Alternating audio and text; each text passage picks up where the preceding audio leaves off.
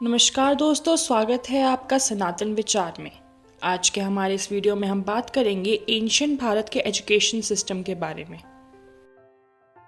भारत विश्व की शैक्षिक राजधानी थी। सीखने और सिखाने से जुड़ी एक पवित्रता जुड़ी थी। एक पवित्र समारोह है जहां एक बच्चे को अक्षर में दीक्षा दी जाती है, जिसे दक्षिण में विद्यारंभ या अक्षराभ्यास के रूप में जाना जाता है। बंगाल में इसी तरह का एक समारोह होता है जिसे हाथेखोरी कहा जाता है, जो सरस्वती पूजा पर करते हैं, जब बच्चों को अक्षर से परिचित कराया जाता है। भारत में शिक्षा प्राप्त करने के लिए होड़ मची हुई थी।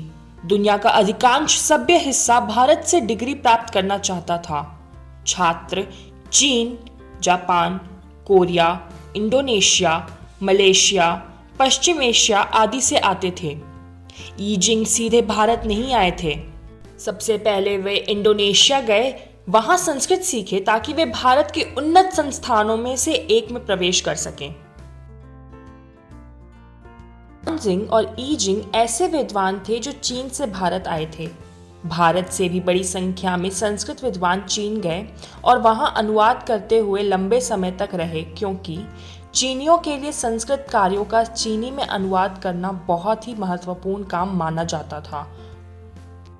चीन जाने वाले पहले कश्यप मातंग और धर्मरत्न थे। उन्होंने बहुत कठिन यात्रा की। वे चीन, तुर्गिस्तान, गोबी रेगिस्तान आदि में गए। इतने सारे विद्वान जिन्होंने उनका अनुसरण किया, सिंह वर्मा, धर्म सत्य, धर्मकला आदि उसमें जुड़े हुए थे।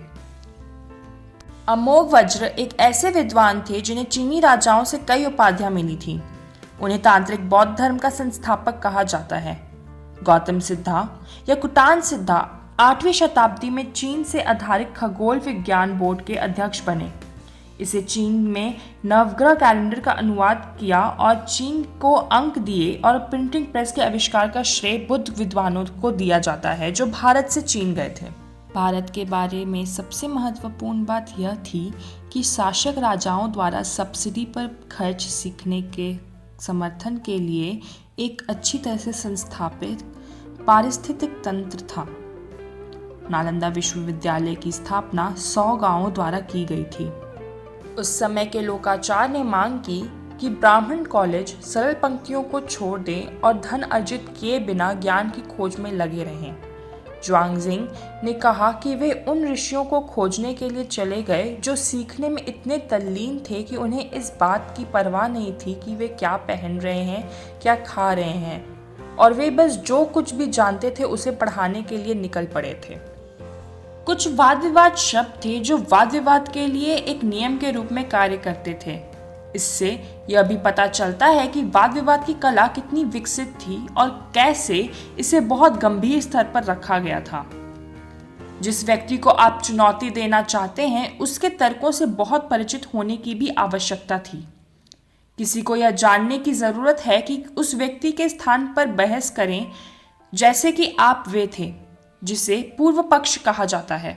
शब्द साध्य, सिद्धांत, हेतु, उदाहरण, प्रत्यक्ष, अनुमान, प्रमाण आदि पूरी वाद विवाद परंपरा एक बहुत ही बौद्धिक अभ्यास थी। भारतीयों में तर्क, समझ और ज्ञान का विज्ञान सीखने का जुनून सवार था। भारतीय भी जानना चाहते थे कि अच्छा तर्क और बुरा तर्क क्या है। तार्किक सोच ने वैज्ञानिक खोजों को जन्म दिया, क्योंकि उन्होंने बहुत सारे विचार प्रयोग किए थे और वे सवालों के जवाब देने की कोशिश करते थे, जैसे कि मैं कौन हूँ, कहाँ से आया हूँ इत्यादि। प्रयोगों के माध्यम से उन्होंने ज्यामिति के नियमों और अन्य खगोलीय घटनाओं का पता लगाया था। इस तरह भारतीयों के लिए धर्म ने विज्ञान को जन्म दिया है। प्राचीन भारत में बहुत सारे विश्वविद्यालय थे। सबसे पुराना पाया गया तक्षशिला में है, जो आज पाकिस्तान में है, जो कम से कम 6वीं शताब्दी ईसा पूर्व से भी पुराना लगता है। उसके बाद शारदा पीठ, पुरुषपुरा वाराणसी, बंगाल बिहार में नालंदा, ओदंतपुरा, विक्रमपुरा आदि जैसे विश्वविद्यालयों के समूह थे। दक्षिण में केरल में इतने मठ, अग्रहार, कंचीपुरम, कंथूरशाला, जिन्हें दक्षिण का नालंदा भी कहा जाता था, उसमें मार्शल आर्ट भी सिखाया जाता था। वन विश्वविद्यालय प्रारंभिक प्रकार का विश्वविद्यालय था जहां प्रकृति के बीच में एक गुरु की देखरेख में समग्र शिक्षा प्राप्त की जाती थी। महाभारत में कई आश्रमों का उल्लेख है जो विश्वविद्यालयों की तरह काम करते थे। शौनक, कण्व, व्यास, वशिष्ठ, विश्वामित्र आदि कुछ आश्रम थे। ऋषि कण्व का आश्रम कई आश्रमों का एक संग्रह था जिसके वे अध्यक्ष ऋषि थे। विद्यार्थी उस समय के वेद, यज्ञ संबंधी साहित्य, तर्कशास्त्र, व्याकरण, गणित आदि के अध्ययन की हर शाखा में वशिष्ठ थे। मंदिर भी शैक्षिक केंद्रों के रूप में कार्य करते थे। मंदिरों में एक बस्ती होती थी जिसे अग्रहारा भी कहा जाता था, जहां राजा शिक्षक के लिए भूमि पर सब्सिडी देते थे। छात्र वास्तव में सीधा शिक्षक के घरों में जा सकते थे और शिक्षा प्राप्त कर सकते थे। हम देख सकते हैं कि प्राचीन काल में शैक्षणिक संस्थान कितनी अच्छी तरह से विकसित था। ज़ुआंगजिंग ने कहा कि यह अब तक का सबसे सुंदर परिसर था। इसके परिसर के चारों ओर एक विशाल द्वार था और जब प्रवेश किया तो यह स्थान झीलों, तालाबों से भरा हुआ था जिसमें कमल खिल रहे थे और ऊंची इमारतें थीं। पुस्तकालय 9 मंजिला था। प्रवेश द्वार पर बुद्ध की एक बड़ी मूर्ति थी और परिसर में 8 हॉल थे। एक दिन में 100 व्याख्यान होते थे। नालंदा विषयों की एक विस्तृत श्रृंखला की पेशकश थी। लगभग 8,500 से 10,000 छात्र थे और 1,500 शिक्षक थे। प्रवेश परीक्षा इतनी कठिन थी कि केवल 20% छात्र इसमें सफल होते थे और शायद यही कारण है कि हमारे पास नालंदा से सटे इतने सारे विश्वविद्यालय हैं।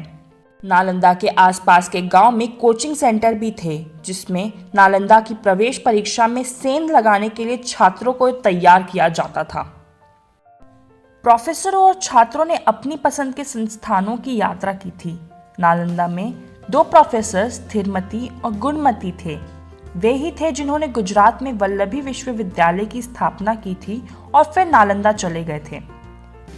वल्लभी राजनीति विज्ञान व्यवसाय में वशिष्ठ थे और जो कोई भी वल्लभी से स्नातक की उपाधि प्राप्त करता था वह बहुत आसानी से सरकारी सेवाओं में प्रवेश कर जाता था।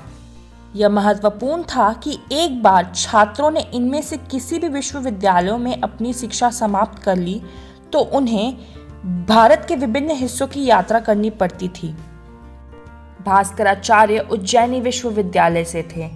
जिसने भी उज्जैनी विश्वविद्यालय से स्नातक किया है वह गणित में प्रतिभाशाली था और उसे सुपर इंटेलिजेंट कहा जाता था।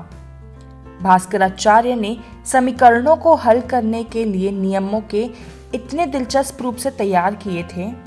वे दशमलव प्रणाली आदि का उपयोग करने वाले पहले व्यक्ति थे। भास्कराचार्य को दुनिया में अब तक के सबसे शानदार दिमागों में से एक कहा जाता है।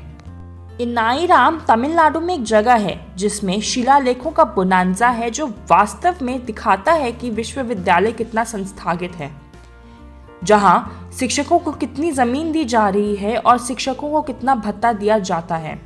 यह कहता है कि शिक्षकों को छात्रों के लिए 16 गुना मुख्य भत्ता मिलेगा। शिलालेख कहता है कि वेदांत और वाक्यरामा के अधिक उन्नत में पढ़ने वाले छात्रों को बुनियादी स्तर से 66% अधिक प्राप्त करना चाहिए। एक समय था जब कश्मीर को विश्वविद्यालय शारदा पीठ के नाम से जाना जाता था और पूरे राज्य को शारदा देश के नाम से जाना जाता था, क्योंकि मंदिर और विश्वविद्यालय के शो के कारण। विश्वविद्यालय अपनी पांडुलिपियों के लिए प्रसिद्ध था। इसमें पुस्तकालय में भारत के विभिन्न हिस्सों से लोग यात्रा करते थे। रामानुजाचार्य केरल से अध्ययन करने के लिए बौद्धियन वृत्ति की एकमात्र उपलब्धि पांडुलिपियों का अध्ययन करने के लिए आए थे, ताकि श्री भाषा को ब्रह्मा सूत्रों पर लिखी गई टिप्पणियों को लिखने के लिए लिखा जा सके। आज के वीडियो में सिर्फ इतना ही। फिर मिलेंगे इसके अगले भाग के साथ। तब तक के लिए धन्यवाद।